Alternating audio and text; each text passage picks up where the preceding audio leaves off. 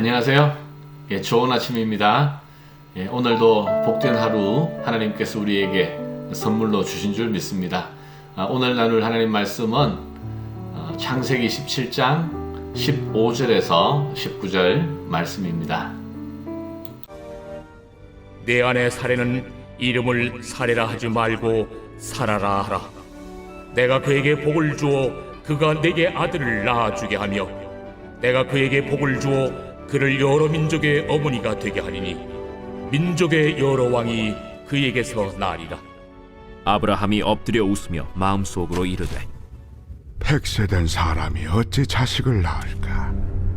사라는 90세니 어찌 출산하리요? 아브라함이 이에 하나님께 아뢰되 이스마엘이나 하나님 앞에 살기를 원하나이다. 아니라 내 아내 사라가 내게 아들을 낳으리니 너는 그 이름을 이삭이라 하라. 내가 그와 내 언약을 세우리니 그의 후손에게 영원한 언약이 되리라.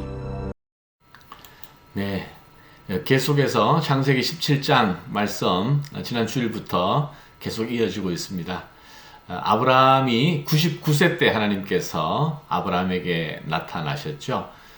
아브라함에게 나타나시기를 나는 전능한 하나님이라. 전능한 하나님, 엘샤다이 하나님으로 자신을 나타내 주셨습니다. 그리고 아브라함에게 새 이름을 주셨다고 했죠. 바로 아브라함. 아브라함은 높은 아버지라는 뜻이었고, 또 아브라함이라는 것은 많은 민족의, 여러 민족의 아버지다라는 뜻이었습니다. 사레에게도 새 이름을 주셨는데, 이제 오늘 본문 말씀부터 시작되는 거죠. 네 아내를 사레라 하지 말고 사라라 하라. 거의 비슷한데 뜻은 아브라함의 뜻과 마찬가지예요. 사레는 왕비라는 뜻입니다. 높은 어머니, 이런 존귀한 어머니, 이런 뜻도 되겠죠. 왕비라는 뜻이고, 사라, 새 이름인 사라는 여러 민족의 어머니, 바로 아브라함과 같은 의미에서 새 이름을 하나님께서 주신 것입니다. 결국 아브라함이 한 가문을 일으켜 존귀하게 되는 복을 받는 것으로 끝나지 아니하고 여러 민족이, 나아가서는 온 열방이 그로 말미암아 복을 받게 된다는 그러한 말씀입니다. 하나님께서 이렇게 자신을 분명하게 드러내 주셨고, 또 아브라함과 사레에게 새 이름을 주셨지만, 이제 오늘 본문을 보면 아브라함이 이를 온전히 믿지 않는 그런 모습을 우리에게 보여주는 거예요. 자, 아브라함의 태도를 한번 볼까요? 17절입니다. 17절. 아브라함이 엎드려 웃으며 마음속으로 이르되 100세 된 사람이 어찌 자식을 낳을까?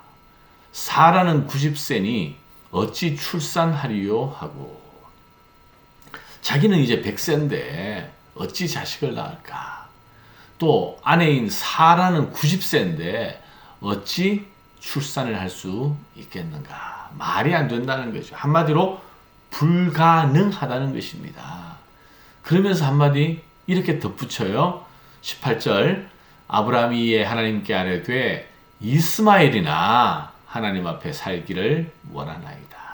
자, 이스마엘은 아브라함이 인간적인 생각으로 어떤 꼼수로 얻게 된 자식이죠. 이미 현실적인 자식입니다. 현실적인 대안입니다. 그래서 아브라함은 내가 100세 때 자식을 낳을 것을 나는 기대할 수가 없고, 아무리 하나님의 말씀이지만 믿기지 않는다는 거예요. 그래서 그냥 현실에 만족하겠다는 것입니다. 이미 나에게 주어져 있는 아들 이스마엘이나 좀 잘 하나님께서 복을 주시면 좋겠습니다. 약속을 들었지만 약속과 현실 사이에 너무 거리가 있고 갭이 있으니까 약속을 붙들지를 못하는 거예요. 마음이 흔들리는 거죠. 갈팡질팡하는 것입니다. 이게 지금 15장, 16장, 17장 계속 이런, 하나님은 자꾸 약속을 보여주시고 아브라함과 사라는 계속 현실을 보고 이런 것이 계속 이어지고 있거든요. 그러다 보니까 그들의 마음이 늘 흔들리고 또 현실에 주저앉고자 하는 마음이 있다는 것입니다. 여러분, 우리도 그렇지 않습니까? 때때로 하나님의 말씀이지만 또 성경이 우리에게 약속하고 있는 바지만 그게 크게 와닿지 않는 거죠. 당장 눈앞에 있는 현실이 더 크게 와닿고 있는 거예요. 그래서 현실을 생각할 때 두려움이 있습니다. 미련 때문에 마음이 흔들릴 수 있습니다. 불신앙 때문에 마음이 흔들릴 수가 있어요. 이스마엘이나 잘 부탁합니다. 다 필요 없고 하나님 그냥 건강하게만 살다가 천국 가면 좋겠습니다. 그냥 밥 굶지 않고 살게만 해주세요. 여러분, 이것이 현실 속에서 안주하고자 하는 그런 우리의 흔들리는 마음 아닐까요? 여러분, 우리 인생은 그냥 밥 굶지 않는 것을 위하여 부름받은 게 아닙니다. 몸 아프지 않고 사는 게 우리 인생의 목적이 아니에요. 눈을 들어 하나님의 약속을 바라보시기를 바랍니다. 우리를 부르신 하나님의 놀라운 목적과 계획을 우리가 항상 말씀을 통해서 붙잡고 기억해야 한다는 거예요. 자, 아브라함이 하나님의 부르심을 어느새 잊어버리고 그냥 이스마엘이나 하나님 앞에 살기를 원하나이다 라고 했습니다. 그래서 하나님께서 뭐라고 말씀하시는지를 한번 보십시오. 19절입니다. 19절. 하나님이 이르시되 아니라 네 아내 사라가 네게 아들을 낳으리니 너는 그 이름을 이삭이라 하라. 내가 그와 내 언약을 세우리니 그의 후손에게 영원한 언약이 되리라. 하나님께서 아브라함에게 분명히 말씀하셨어요. 아니라 그냥 이스마엘 얻은 것으로 만족해서는 안 된다는 것입니다. 바로 네 아내, 비록 90세에 이른 네 아내이지만 그 사라가 아들을 낳으리니 그 이름을 이삭이라 하고 그를 통해서 내가 영원한 언약을 맺을 것이다 라고 말씀하셨어요. 자, 하나님께서 이 흔들리는 아브라함, 흔들리는 사라에게 찾아와 주셔서 자기를 전능한 하나님으로 나타내 주시고 그 마음을 붙잡아 주셨습니다.